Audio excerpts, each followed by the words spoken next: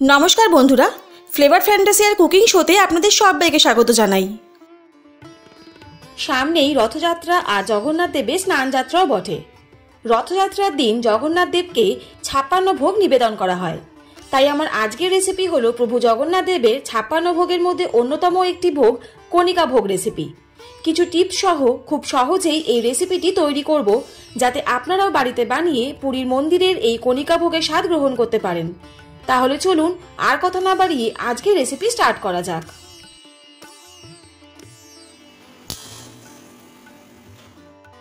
प्रथमे आमी एखाने हाफ कापेर मतन छोलार डाल निये निয়েছি আর ছোলার ডালটাকে প্রায় 2 ঘন্টার মতন ভিজিয়ে রেখেছি।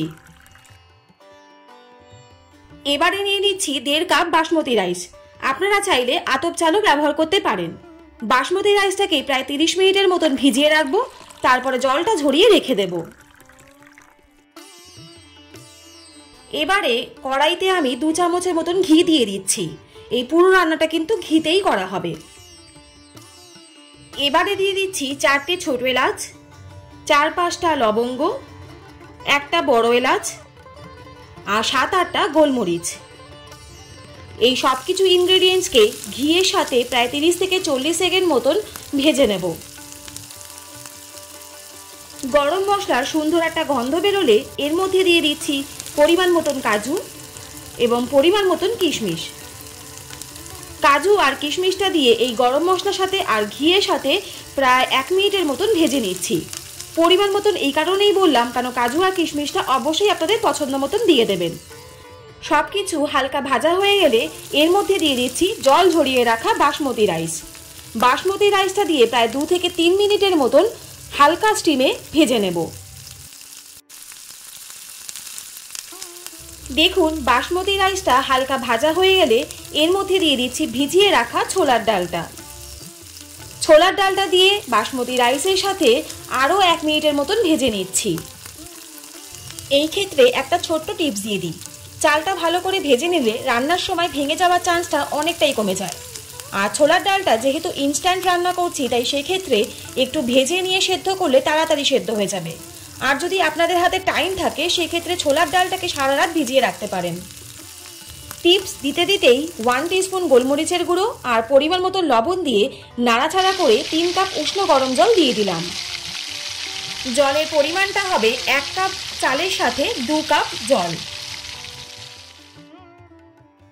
উষ্ণ গরম জলটা দেওয়ার পর চাল আর ডালের সাথে একবার ভালো করে মিশিয়ে নিতে হবে। চাল আর ডালটাকে খুব ভালো করে মেশানো হয়ে গেলে প্রায় 5 মিনিটের মতন কড়াই ঢাকনাটা দিয়ে দিলাম।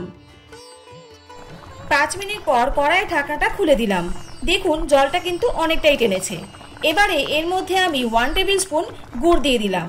আপনারা কিন্তু গুড়ের পরিবর্তে চিনি ব্যবহার করতে পারেন।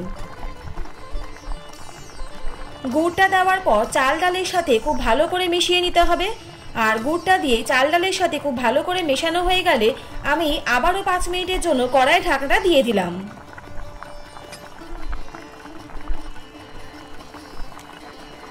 5 মিনিট পরে কড়াই ঢাকনাটা খুলে দিলাম। দেখুন জলটা কিন্তু অনেকটাই টেনে এসেছে। আমি আবারও এপিট ওপিট করে আরেকবার ভালো করে নাড়াচাড়া করে নিচ্ছি। চালটা নাড়াচাড়া করার সময় খুব হালকা হাতেই কিন্তু নাড়াচাড়া করতে হবে যাতে চালটা ভেঙে না যায়।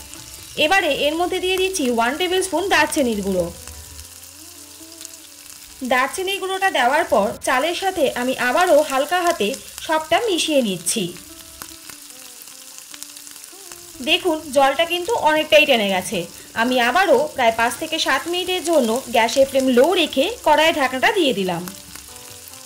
5 থেকে 7 মিনিট পর গ্যাসের ফ্লেম অফ করে দিলাম।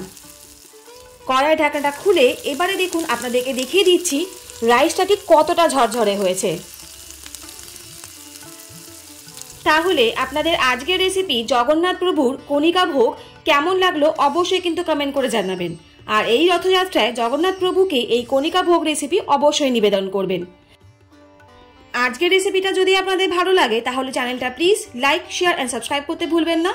আর পাশে থাকা বেল আইকনটা অবশ্যই প্রেস করে দেবেন যাতে এরকম নিত্য নতুন রেসিপি আপনাদের কাছে সবার প্রথম চলে যায়।